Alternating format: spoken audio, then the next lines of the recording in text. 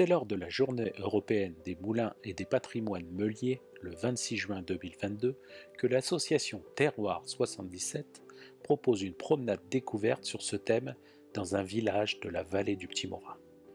Il s'agit d'une déambulation à la découverte de 4 moulins, commentaires sur leurs histoires, leur activité, leur évolution, leur reconversion et bien sûr, évocation de la vie des meuniers. J'en profite donc pour partager avec vous les images du passé et du présent de cette promenade. On doit commencer un peu plus haut à 60-61 mètres et finir un peu plus loin pour la partie communale à 59 mètres. Après 60 mètres au-dessus du niveau de la mer. Quand il y a un grand débit, des grandes fabriques, on aura des grosses industries, notamment l'industrie papetière, dont citer le Grand Morin, et puis la base du bâtiment.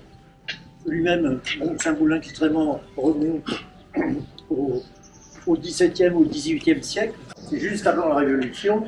Il va y avoir une enquête sur ce meunier, parce qu'on sait que finalement, le grain qu'il a moulu, il n'est pas sur le territoire. Parce qu'il faut que je vous dise que chaque moulin, il y a un territoire qui est attribué. Donc, après enquête, donc, il n'ira pas voir Fouquier-Tinville et sera maintenu. Et c'est lui d'ailleurs qui sera le premier propriétaire. Et elle est devenue office de tourisme, elle est devenue poste et le côté médiathèque. Moulin à huile, presbytère, puis médiathèque 200 ans plus tard, ce bâtiment a repris le nom bien peu briard de son propriétaire d'origine belge, Joseph Terwaaij. Ce commerce devient le moyen de subsistance de la famille Terwaaij, puisque Joseph se déclare négociant fabricant d'huile lors de la naissance à Saint-Cyr-sur-Morin de ses 7 enfants. Il vend le château et ses biens en 1849. Lancé en 2016, le projet de création de médiathèque a mobilisé beaucoup de partenaires. Elle ouvre ses portes en 2020. Découvrons maintenant le moulin d'Archer. Laissons son propriétaire nous parler du moulin dans cet extrait du journal de 13h de TF1. Bienvenue au moulin. Cédric ouvre ses portes à notre guide. Il habite dans cette bâtisse depuis 1 an et demi. Elle a été construite au XIIe siècle. Et voilà, les écluses. Grâce à ces écluses, à la fin du XIXe siècle, cet ancien moulin à grains devient une source d'énergie hydroélectrique. C'est pour retenir l'eau, de manière à ce qu'un maximum de force d'eau puisse passer sous la maison et faire tourner une ancienne turbine qui, elle, fournissait en électricité. Et l'usine qui est un petit peu plus loin. De ce moulin au XIIe et XIIIe siècle. Alors des traces. Il nous donne un peu quelques thunes parce que ça casse tout ce que l'on fait. Parce que le meunier a à charge dans les baux l'entretien du moulin, des terrains qui sont autour et surtout, on verra plus tard, des meules. Si nous sommes dans le hameau des Archers, il nous faut passer devant la maison de Pierre MacOrland. La mère de Marguerite, épouse de Pierre MacOrland, achète cette ferme en 1913. La belle-mère de Pierre n'est autre que la bermène du Lapin Agile, cabaret situé sur la butte Montmartre. Elle connaît bien Saint-Cyr-sur-Morin, car 2 de ses animateurs du Lapin Agile ont fondé l'auberge de l'Œuf dur. C'est à travers champs que nous rejoignons le Gouffre, commune de Jouarre. En 1876, elle compte 4 maisons et 17 habitants, mais aussi le moulin de l'abbaye. Nous allons d'abord nous attarder sur l'évolution visuelle de ce café, certainement destiné aux nombreux salariés de l'usine commanditaires d'une partie de ces cartes postales qu'ils mettaient en vente et que je vous présente aujourd'hui. La Banque de France avait choisi cet endroit pour installer la fabrique de papier à billets de banque, qui employait un peu moins de 200 personnes. Depuis 1959, c'est une usine d'optique, la Sovis, filiale de Saint-Gobain, qui a cédé son commerce à Corning SAS en 2022.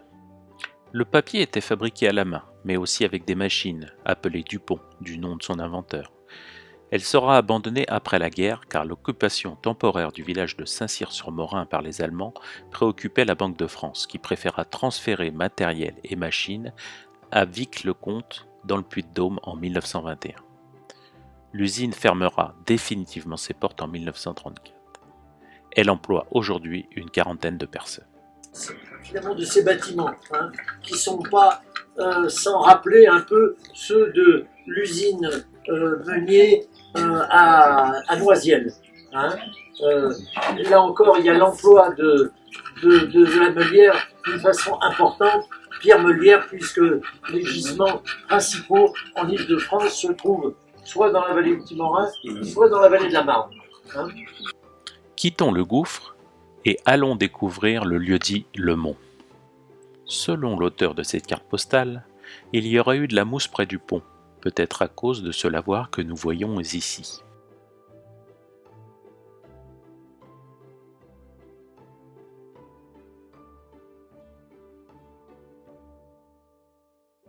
C'est ici que se trouve la vanne qui permet d'ouvrir ou de fermer l'accès au Petit Morin qui va ensuite alimenter le moulin du gouffre. Pour clôturer cette visite des moulins, partons découvrir le moulin de Choiseul.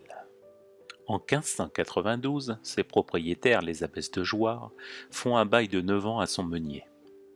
Il cesse une première fois de fonctionner au début du XVIIIe siècle. Vendu comme bien national en 1793, il est remis en état par un meunier jusqu'en 1795, date de son arrêt définitif. La constance du débit est assurée par un bassin, toujours existant, situé en amont. À partir de cet endroit, le ru de Vroux, qui alimente le moulin, change de nom et s'appelle maintenant le ru de Choiseul. Choiseul est un nom de moulin très répandu en France. Choiseul désigne en particulier l'auget recevant l'eau actionnant la roue motrice du moulin.